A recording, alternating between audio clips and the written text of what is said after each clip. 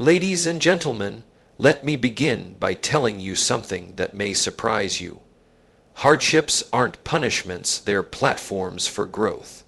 At first glance, that may sound like a comforting phrase meant to ease the sting of adversity. But it's far more than that. It's a truth rooted in the very fabric of human progress. Nothing great is ever built in perfect conditions. Mountains aren't climbed on smooth ground. Diamonds are formed under pressure, and so are strong people. When you're going through something difficult, it's natural to feel like life is unfair or that you're being singled out. But hardship doesn't show up in your life to destroy you. It shows up to develop you. Life doesn't hand out lessons in the form of comfort. It delivers them through challenges that demand you dig deeper, think harder, become stronger, and step beyond what's familiar. Hardship forces us to abandon ease and step into growth. You don't build resilience by taking it easy. You build it by walking through the storm and realizing you're still standing. What you become in the process of pushing through a challenge is far more important than what you get at the end of it. It's in the middle of the discomfort that you begin to discover what you're truly capable of. Struggles teach patience. Delays teach trust. Pain teaches empathy. Loss teaches value. Every hardship carries within it the seed of a deeper lesson, one you cannot receive in any other way. If life were always smooth, you'd never sharpen your instincts. If everything came easy, you'd never learn the skills to sustain it. The strongest people you've ever met, the ones you admire for their wisdom, their calm under pressure, their deep perspective, they didn't become that way by skating through life untouched. They earned it through seasons of trial, through failure, through disappointment, through days when nothing made sense, but they kept going anyway. What you're enduring may not be your choice, but how you respond to it always is. You can choose to view your hardship as the beginning of the end, or as the start of something powerful. You can see it as the weight that crushes you, or the resistance that builds your muscle. Growth doesn't happen in the comfort zone. It happens in discomfort, in disruption, in the tension between where you are and where you're called to be. And often, the only way to get there is to be stretched by something you didn't see coming. That's not a punishment. That's preparation. Life is preparing you for something greater by giving you something harder. The process may hurt, but the product is strength, depth, and maturity. So the next time life gets heavy, remember, you're not being punished, you're being prepared, you're not being broken. You're being built, and one day, you'll look back and realize that the very thing you thought was the end of you was actually the making of you. You always have a choice, collapse or conquer. In every challenge, in every setback, in every moment of struggle, that choice stands quietly in front of you. No one may notice it. No one may see the weight you're carrying, but it's always there, two roads, one that gives up and one that gets up. Life won't always feel fair, and things won't always make sense, but your ability to choose your response remains one of your greatest powers. It's easy to believe that the pain you're feeling or the pressure you're under leaves no room for choice.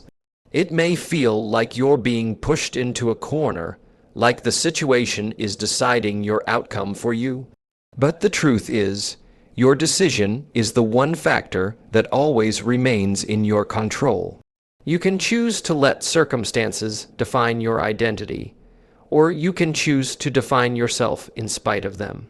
That's not just positive thinking. It's a powerful shift in perspective, and it's what separates those who rise from those who retreat. Collapse is the default when you let life happen to you. It's the result of giving your power away to fear, doubt, fatigue, or failure. When you collapse, you decide whether consciously or not, that the pain of continuing is greater than the potential of pushing through. But that pain, while real, is often temporary. The cost of collapsing may seem invisible at first, but it adds up. You lose confidence, you lose momentum, you lose belief, and over time, those small moments of surrender become habits. On the other hand, to conquer is to decide that the situation will not have the final word. It means refusing to let the fear in your mind be louder than the fire in your spirit. Conquering doesn't always look loud or dramatic. Sometimes it's simply taking the next step. It's showing up when everything in you says to stay down. It's getting back up after failing, not because it feels good, but because you're not done yet. To conquer is not about being fearless. It's about being committed, even when fear is in the room with you. No one is immune to pain or setbacks. Everyone gets knocked down. What makes the difference is how you respond in that moment. The moment when no one is watching, when the applause is gone, and when doubt creeps in. That's the moment that defines your direction, not your talent, not your luck, but your decision. You don't need to have it all figured out. You don't need to be the strongest in the room, but you do need to choose, collapse or conquer, quit or keep going, shrink or rise. And in that decision lies your growth, your resilience, and ultimately your future. You were not made to fold. You were made to fight. You may not control what happens to you, but you always control struggles, are your greatest teachers. They show up uninvited, often when you least expect them, and they rarely feel like lessons in the moment. They feel heavy, they feel unfair. They test your limits and challenge everything you thought you knew about yourself. But buried in every struggle is a lesson that ease and comfort could never teach you. While success can be a great reward, struggle is the real educator. It reaches deeper, lasts longer, and transforms you from the inside out. You don't learn the depth of your patience when everything is going your way.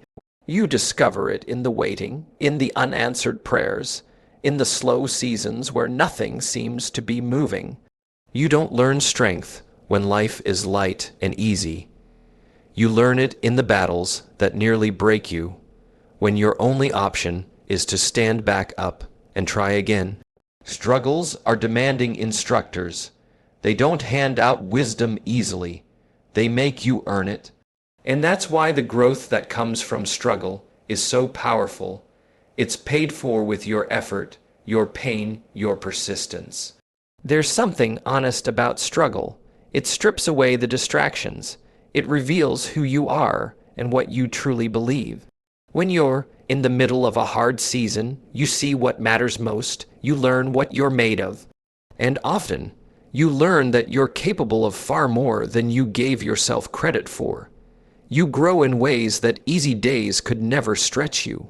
You gain perspective, resilience, humility, and grit, not because life handed them to you, but because struggle taught you how to build them.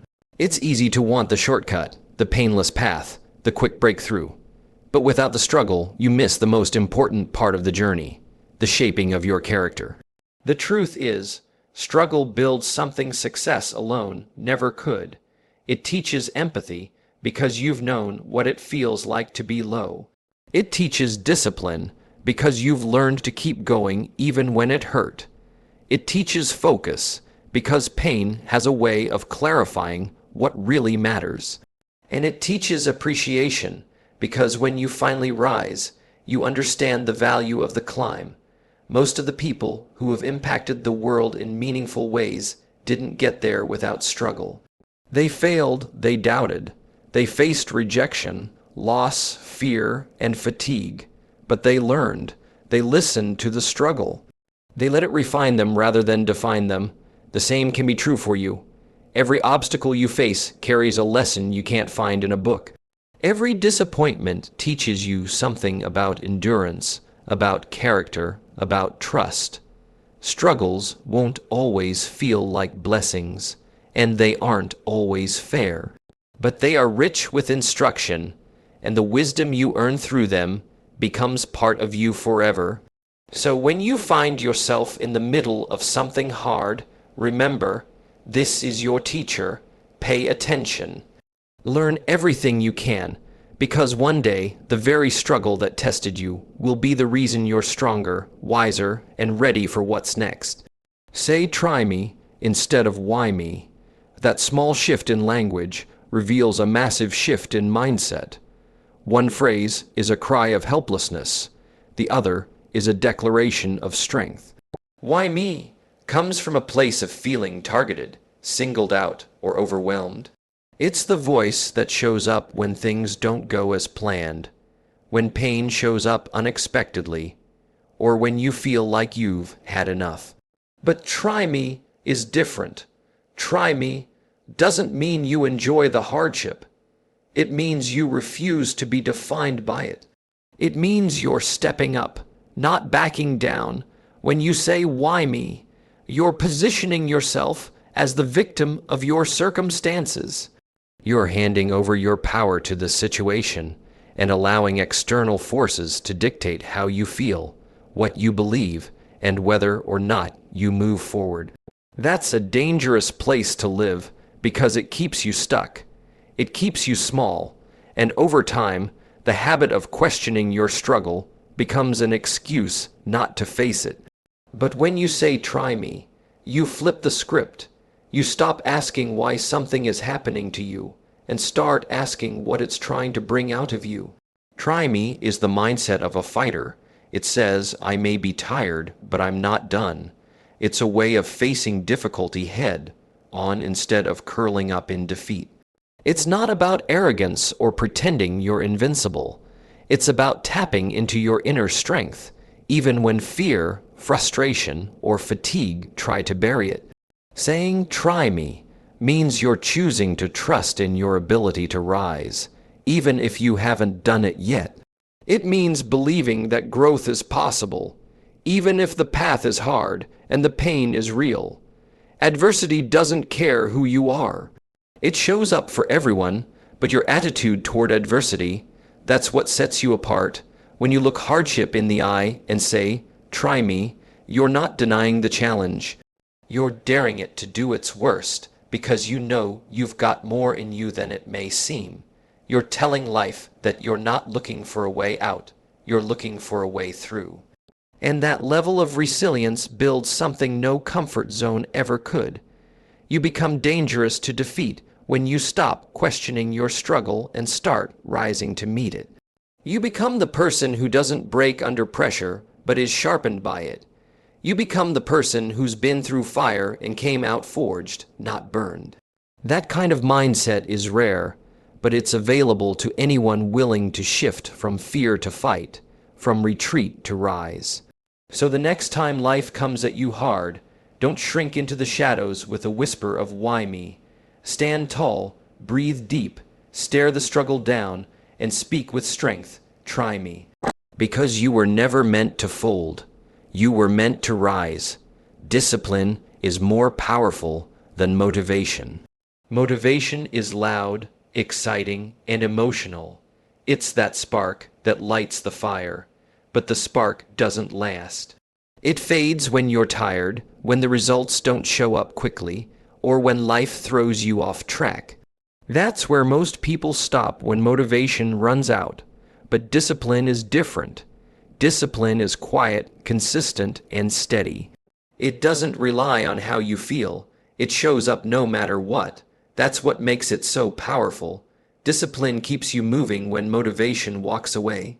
There are days when you'll wake up excited, ready to conquer your goals.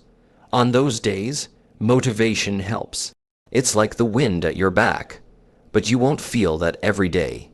In fact, most of your days will be ordinary. Some will be heavy, some will be hard, and in those moments, if all you have is motivation, you'll stop.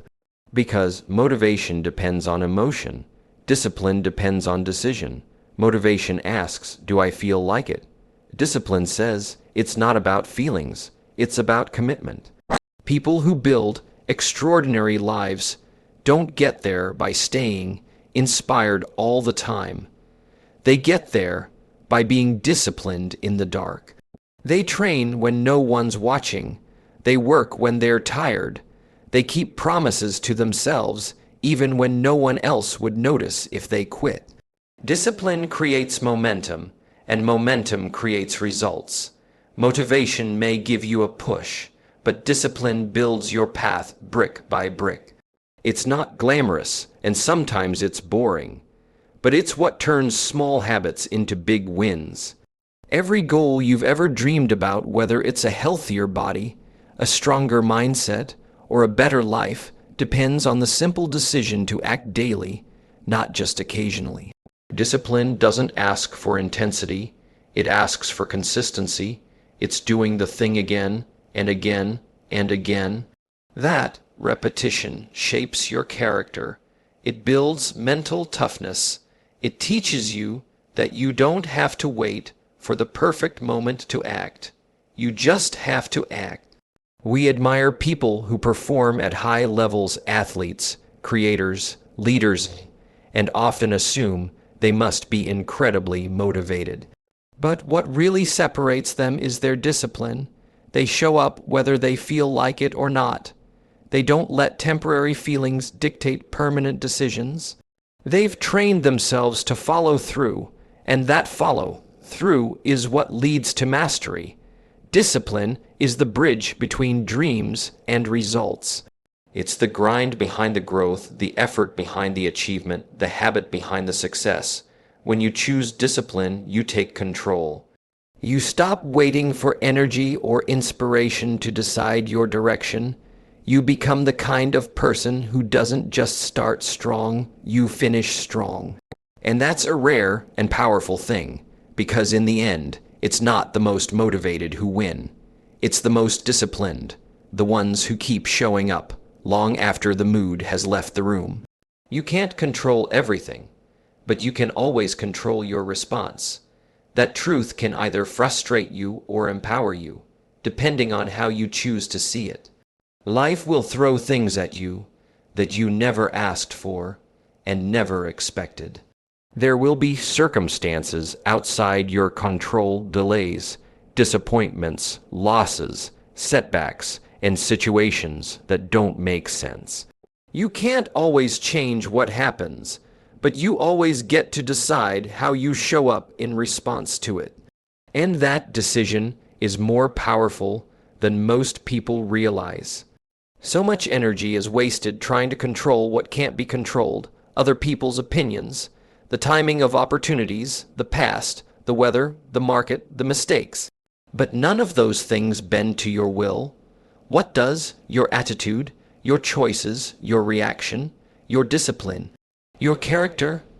That's where your power lies, not in controlling the storm, but in steering your ship through it. You may not get to choose the waves, but you always get to choose your direction. There's a peace that comes with accepting that truth. It doesn't mean giving up. It means taking your energy away from what drains you and putting it toward what empowers you. When you stop trying to change the unchangeable, you can start putting that energy into what you can control. Your focus, your effort, your words, your habits. And that shift in focus changes everything, because it turns you from a passive observer into an active creator of your life. You may face unfair situations. People may treat you poorly. Life may blindside you with things that shake your confidence or break your heart.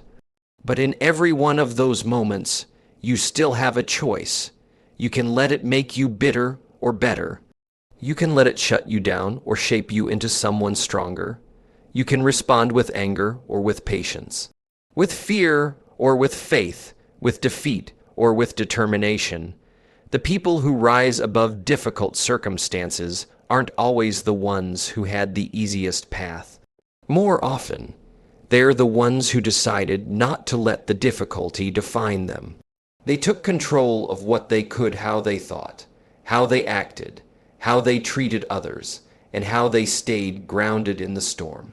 They understood that the power to choose their response gave them the power to write their story. There is no growth without challenge, and no strength without resistance. But when you take ownership of your response, you take back control of your narrative. You stop reacting and start responding. You stop blaming and start building. You stop waiting for life to be easier and start becoming someone who's tougher, wiser, more adaptable. So, while the world around you may shift and shake, your anchor is this: no matter what happens, you are not powerless.